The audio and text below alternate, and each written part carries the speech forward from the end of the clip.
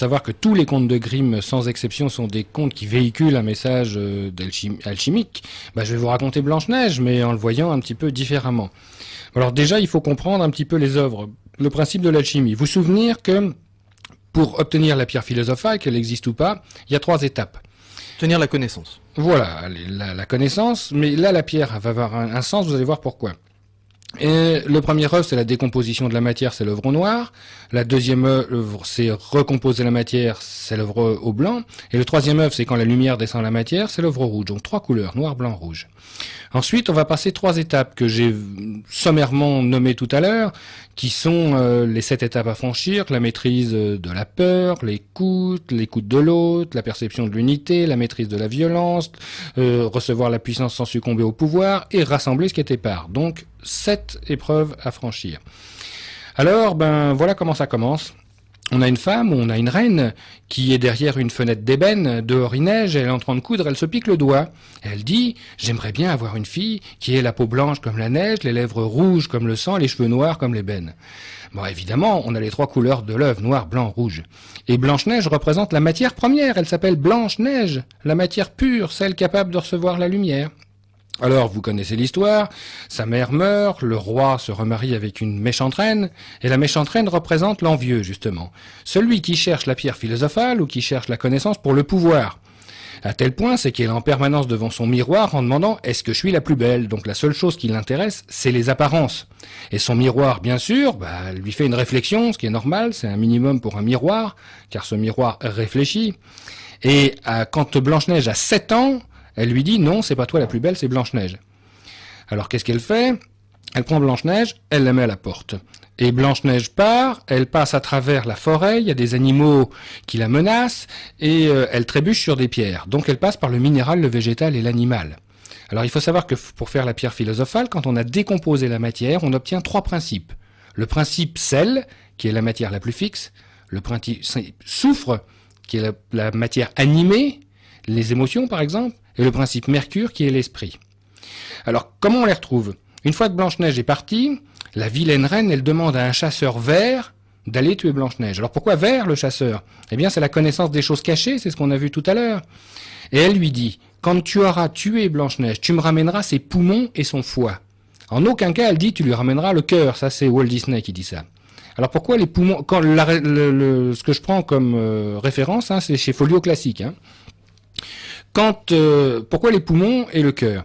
Eh bien, à l'intérieur des poumons, il y a le souffle. Et le souffle, les poumons et le foie. Les poumons et le foie. À l'intérieur des poumons, il y a le souffle. Et le souffle est très proche du soufre, car on utilisera son souffle pour éliminer son soufre. Vous remarquez, quand vous avez des émotions, la première chose que vous faites, vous soufflez.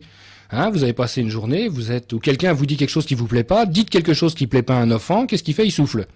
Donc, c'est bien une manière d'exprimer les émotions, donc ces émotions seront le siège à l'intérieur des poumons. Ça, c'est pour le soufre. Et l'autre partie, eh bien, ça va être le foie. Pourquoi? Mais parce que le foie, c'est le siège de la foi. Donc, c'est le siège de l'esprit, le spiritus. C'est là où le ciel devient fiel. Car quand vous avez une crise de foi, c'est que votre âme erre. J'utilise bien sûr la langue des oiseaux. Votre âme erre. Donc, il est normal qu'en récupérant le foie, elle récupère le mercure.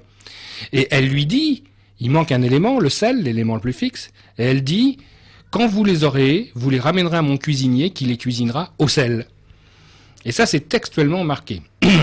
Donc, elle envoie le chasseur, on a Blanche-Neige qui lui fait du charme, et bien sûr, il la tue pas, il tue un marcassin à la place, et il la laisse partir. Mais elle part pas n'importe où, elle part au-delà des 7 montagnes d'Airain, 7, encore une fois, et elle rencontre les 7 nains. Et pourquoi 7 nains? Parce que 7 nains, c'est 7 gnomes, et gnose, c'est la connaissance. Gnome de gnose. Donc, ils possèdent la connaissance. Et ils font le vitriol. Le vitriol de l'alchimiste tout à l'heure. Visite l'intérieur de la terre et en rectifiant, tu trouveras la pierre cachée. C'est bien leur métier. Ils creusent l'intérieur de la terre pour chercher des pierres précieuses. Alors, on a cette matière première qui arrive chez les 7 métaux dont j'ai parlé tout à l'heure. Mais pour des gens qui détiennent la connaissance, rechercher des pierres précieuses, c'est pour en faire le marchandage Non, on entend précieux, près des cieux, bien sûr. Donc c'est l'éveil, c'est la lumière qui est à l'intérieur. D'ailleurs, en aucun cas, on voit les nains vendre, à aucun moment. Au contraire, quand Blanche-Neige arrive chez eux, d'abord Blanche-Neige, elle arrive, et puis qu'est-ce qu'elle fait? Elle goûte dans chaque assiette, elle boit dans chaque verre. C'est comme si elle se nourrissait des 7 métaux. la matière première se nourrit des 7 métaux. Hop, on voit presque une opération. Et vous, quand vous avez fait une opération, vous faites un plat par exemple, vous mélangez des choses, qu'est-ce que vous faites après? Pour que ça prenne, vous laissez reposer. Et ben c'est bien ce qu'elle fait parce qu'elle va se coucher. Et elle trouve un lit à sa taille. Et alors là, il y a quelque chose qui m'avait toujours traumatisé depuis que je suis petit. Quand les nains arrivent, il reste plus que 6 lits, puisqu'il y en a un qui est pris.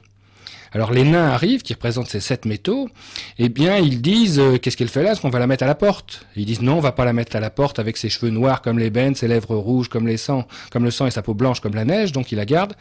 Mais ils la gardent à condition qu'elle les nourrisse. Donc une fois que les métaux ont nourri la matière première va nourrir les métaux. Et là on voit cette unité, on voit cet échange avec la nature si on veut réussir la pierre. Il faut à la fois nourrir la nature, mais il faut à la fois que la nature nous nourrisse. Et c'est bien ce qui va se passer. Alors le matin, Blanche-Neige se réveille, il décide de la garder, il décide de retourner à la mine, mais la vilaine sorcière, elle a toujours son but, à tel point c'est qu'elle demande à son miroir, est-ce que je suis la plus belle? Et le miroir lui dit, non, non, non, c'est pas vous la plus belle, c'est Blanche-Neige. Alors là, elle décide de récupérer ce qu'elle n'a pas pu récupérer avant, c'est-à-dire le soufre et le mercure. Alors qu'est-ce qu'elle fait? Elle se déguise en mercière, elle va voir Blanche-Neige, et elle lui offre un corset. Et Blanche-Neige, elle accepte, et quand elle met le corset, elle le serre tellement fort qu'elle perd son souffle. Et elle tombe sans souffle. Et là, c'est la purification du soufre, c'est la purification du souffle. Elle rentre chez elle, les nains arrivent, la voient par terre, elle dit, mais qu'est-ce qui se passe? Ils se rendent compte qu'elle a un corset trop serré, ils retirent le corset, et elle retrouve un nouveau souffle. Donc on voit la purification de ses émotions. Les nains repartent au boulot, la vilaine sorcière rentre chez elle, elle réclame à son miroir, est-ce que je suis la plus belle? Le miroir lui dit, non, c'est toujours Blanche-Neige. Alors là, elle a raté le soufre, elle va essayer d'avoir le mercure. Qu'est-ce qu'elle fait? Elle se déguise en marchande, et elle amène un peigne. Elle lui offre ce peigne. Elle met son peigne dans les cheveux, c'est la partie la plus haute, la plus volatile, la plus subtile. Et quand elle met ce peigne qui était empoisonné, elle tombe sans connaissance cette fois. Donc on voit bien que c'est le mercure, puisque c'est la connaissance. Et à ce moment-là, eh bien, la sorcière rentre chez elle, les nains rentrent, la voient par terre sans connaissance, et ils disent quel malheur, est-ce qu'elle a un corset? Non, elle n'a pas un corset, ils voient un étrange peigne, ils lui retirent le peigne, et elle recouvre sa connaissance, c'est la purification du mercure. Et la sorcière, eh bien, pose toujours la question à son miroir, est-ce que je suis la plus belle? Et le miroir lui dit non, c'est toujours Blanche-Neige. Alors cette fois, elle décide de faire un gros coup. C'est-à-dire, elle décide de prendre les deux d'un coup. Et qu'est-ce qu'elle fait? Elle fabrique une pomme. Déjà, le fruit de la connaissance. Bon, c'est une erreur de traduction, mais on va dire que la pomme, c'est le fruit de la connaissance. Et elle prend cette pomme, elle la trempe la moitié. Elle empoisonne la moitié. Une face rouge et une face blanche. Et bien, symboliquement, le rouge représente toujours le soufre et le blanc représente toujours le mercure.